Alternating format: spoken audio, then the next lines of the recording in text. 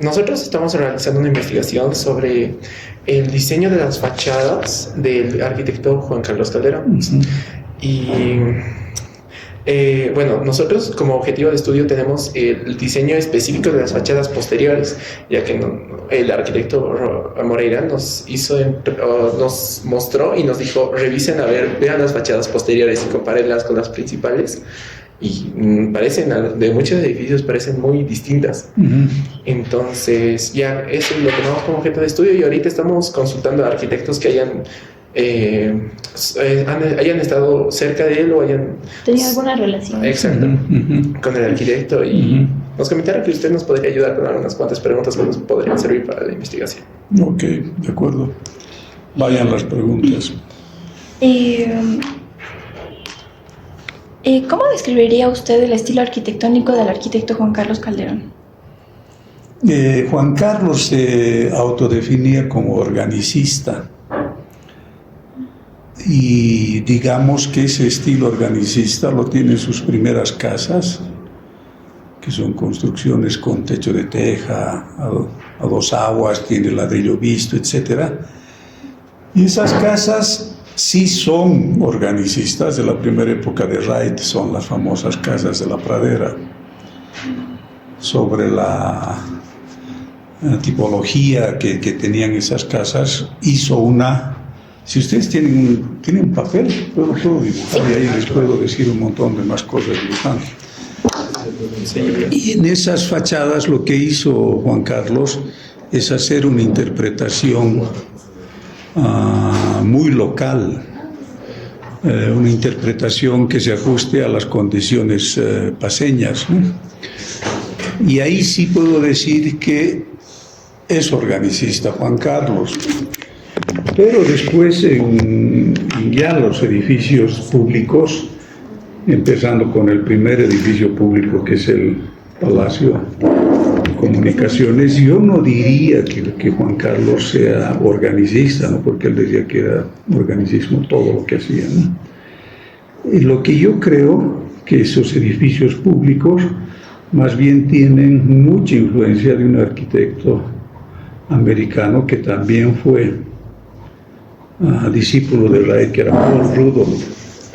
Entonces, el Palacio de Comunicaciones y varios proyectos son muy Paul Rudolph, porque son edificaciones con hormigón armado visto, etc. Y no se ve claramente en esas edificaciones, que son impecables, la influencia o la tradición de Wright, como para decir que es organicismo, ¿no? Y por otro lado, tiene otro tipo de edificios, Juan Carlos, en otras épocas de su trayectoria, como por ejemplo la Alianza Francesa o la misma CAF, ¿no?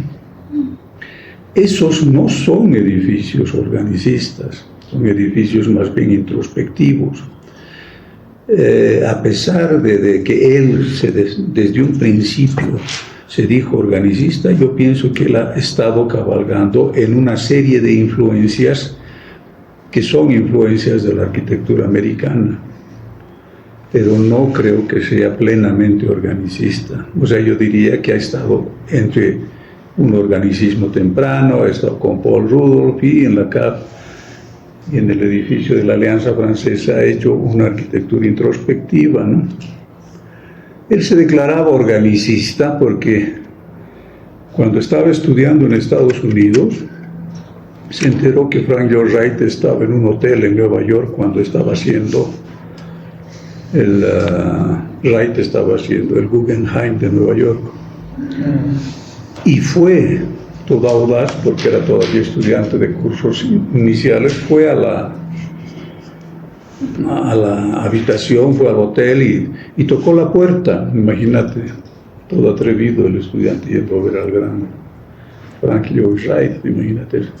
Entonces tocó y salió su esposa, Olgivana. Y me cuenta Juan Carlos que Olgivana le dice, sí, ¿quién es usted? Y el joven le dijo, bueno, soy un estudiante que estoy en arquitectura y quiero conocer al maestro y que vengo de Bolivia, etc. Empezó a hablar y parecía que Olga Ivana le estaba ya frenando la visita, y del fondo de la habitación me dice Juan Carlos, escuchó la voz de Raid que decía: ¿quién es? Es un estudiante que te quiere conocer. Ah, que pase. Entonces lo hizo pasar, y ahí se quedó seco Juan Carlos, lo conoció a su gran maestro, y a partir de ahí nunca más se desprendió de esa figura, ¿no? Y ahí le dijo algunas cosas y salió como quien va a Lourdes, totalmente poseído por la verdad, el camino, la luz y la vida, etcétera, ¿no? Por eso es que se declaraba organicista. Yo creo que ha tenido otras tendencias más aparte de eso, ¿no? Refiriéndonos un poco más sobre las fachadas posteriores, que sería un tema en el cual ahorita nos estamos enfocando mucho, ¿qué características usted cree que destacaban en sus fachadas posteriores? Y si considera que había alguna intención estética, funcional o ambas en estas fachadas. Yo creo que ese pedido de Roberto es un pedido malicioso, porque todos los arquitectos tenemos nuestras fachadas posteriores que son las peores, ¿no? Entonces quieren que lo juzguen a través de las peores cosas que pueden encontrar. Y la peor fachada posterior que tiene Juan Carlos Calderón es contradictoriamente la de su mejor edificio, a mi entender, que es la CAF. La CAF es una maravilla. Entonces tú entras a la CAF y realmente te imbuye todo ese espacio, etcétera, etcétera, ¿no? Pero si ves la CAF desde la avenida de abajo, era un muro infame que ahora le han puesto un letrero, y más o menos ese muro con el letrero tiene algo de estética, ¿no? Es decir, pareciera que ese muro lo hubieran hecho para el letrero, pero ese letrero recién lo han puesto. Durante los últimos 15 años no tenía nada de eso, ¿no? Entonces, no creo que sea... además que esa fachada se la ve porque ahí comienza un cerro y hay una propiedad que algún día construirán y no vas a ver esa fachada, ¿no? Lo mismo sucede con el edificio de Entel, el que está al lado del banco, y la fachada frontal es espectacular, el atrio, todo eso, pero por detrás y es cualquier cosa. Lo mismo sucede con el edificio de Lobos, etcétera, ¿no? Y lo mismo puede suceder incluso con la Alianza Francesa, ¿no? Las fachadas posteriores de la Alianza Francesa que dan a los retiros son pues fachadas que no dicen mucho. Incluso la fachada posterior del edificio de este banco, que es el que está en la 6 de agosto, el que construyó después de la CAF el banco, el BID, la fachada del BID, ¿no? Entonces, pienso que es una pregunta maliciosa. Y no creo que se lo pueda juzgar a Juan Carlos desde la fachada posterior, hacer un análisis de la fachada posterior. Lo que se tiene que hacer con Juan Carlos siempre es analizar la estructura de todas sus geometrías, que básicamente estaban en sus dibujos originales. Y ahí es donde comprendías toda la propuesta arquitectónica de Juan Carlos. Y... por ejemplo, el edificio más didácticamente realizado por la arquitectura paceña, donde tú ves realmente una verdadera lección del lenguaje arquitectónico, es el Palacio de Comunicaciones, que siempre lo destaco. Hoy siempre algunas veces he explicado a los compañeros, lo que pasa es que vamos a hacer el garabato porque realmente ya ni me acuerdo cómo era la cosa, ¿no? Pero básicamente es así, ¿no?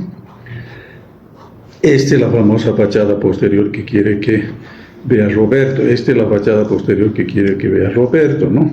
Y aquí esta fachada justamente da a lo que es el auditorio, ¿no? Y aquí están los edificios de la Mariscal Santa Cruz. Todo esto está cerrado, pero por aquí atrás sí puedes ver la fachada, y es una fachada de un edificio de oficina simple, ¿no? Pero ¿qué es lo que ha hecho Juan Carlos? Juan Carlos lo que ha hecho es abrir casi al norte, porque el norte más o menos está por allá, y abrir con el atrio ese hacia la Mariscal Santa Cruz, y la calle esta que sube, ¿no? Entonces este gesto es un gesto urbano, y aquí atrás obviamente simplemente ha respetado Retiro. Tenía que sacar el mayor provecho a todas las plantas que iban a estar acá. de las plantas que son de orden funcional, ¿no? Y acá lo que ubicó Juan Carlos eran los ascensores. Y estos ascensores se destacan en la fachada de principio a fin, es decir, es una continuidad geométrica de los ascensores que están naciendo de los volúmenes que están al frente del auditorio. Entonces hay una sensación en estos ascensores que están aquí, una sensación de ascendencia desde la puerta del auditorio.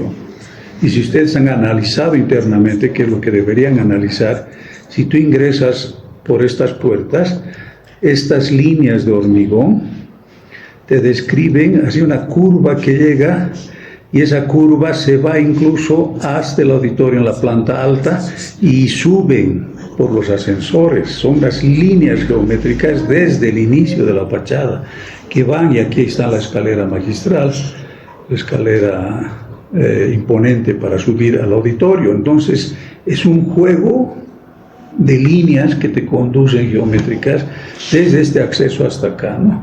Acá está todo este gran hall para que realmente ingrese la luz y estén los balcones con mucha vegetación, que desgraciadamente le han metido una pancarta LED ahí, ¿no? Y aquí están las oficinas, y las oficinas son oficinas, pues ahí tú ves claramente son oficinas, pero en ese lenguaje arquitectónico, porque este remate de la torre es así, y en las oficinas, ustedes han visto, sobresale, hay un volado. Entonces ha jerarquizado las oficinas importantes de este centro así. Y esta jerarquía de las oficinas, tú vas a ver, da la vuelta. Entonces aquí están las oficinas comunes a toda la Chinaca popular, ¿no? Pero aquí arriba están las oficinas de la parte importante del edificio, y eso gira. Entonces, y esto tiene unos detalles neotihuanacotas ahí arriba, ¿no? Y aquí está recibiendo toda la energía de un gran ventanal urbano que se abre hacia el norte, y aquí estaban, y ahora no se ve, pero es un verdadero bosque de verde. Tú entras por acá y tienes un vacío de N pisos de altura y está todo verde, ¿no? ¿Por qué no se deben analizar las fachadas así? Analicen las fachadas. Eso realmente, con todo respeto, le dices al arquitecto Roberto que me molestaba de que haga ese juicio de valores, ¿no? La arquitectura no se califica ni tampoco se la juzga por un estudio de fachadas. La arquitectura se la juzga por estas geometrías internas que se expresan externamente así. Es decir, eso es lenguaje arquitectónico, esa correspondencia de lo interno con lo externo. Y el Palacio de Comunicaciones, les reitero por segunda vez, que es la lección de lenguaje arquitectónica más importante que hay en un edificio construido en la ciudad de La Paz.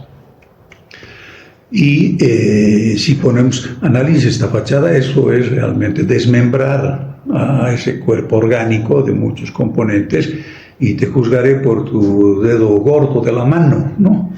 No puedo, tengo que juzgar enteramente en las cosas, ¿no? Y por más de que la CAP, porque la CAP ustedes conocen, es un edificio así, tiene su giro acá, porque quería dirigirse hacia el Iguimán, etcétera, etcétera, y aquí hay un patio, y aquí termina pues todo eso en ciego, porque se ve hasta los muros de los garajes desde el cerro del frente, ¿no? Pero es porque aquí algún día construirán pues los propietarios de esos lotes, etcétera, etcétera, ¿no? Entonces, ¿qué es lo que ha hecho en este gesto de la CAP, que es posiblemente la peor fachada posterior, ¿no? Lo que ha hecho Juan Carlos acá es generar un espacio interno de una belleza de arquitectura introspectiva, que alguna vez he hablado con algunos estudiantes y les he dicho, esto lo hizo Juan Carlos una vez que vio el museo mío, y nos paramos ahí en el centro del patio del museo, y me dijo unas cosas, Juan Carlos, personales al respecto de mi trabajo, ¿no?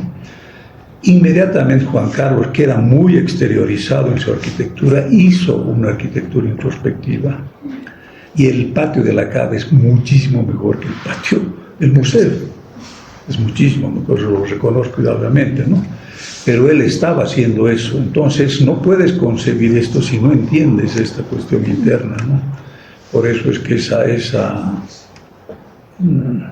Ese juicio de valores acerca de un aspecto es una cosa muy parcializada y es como desmembrar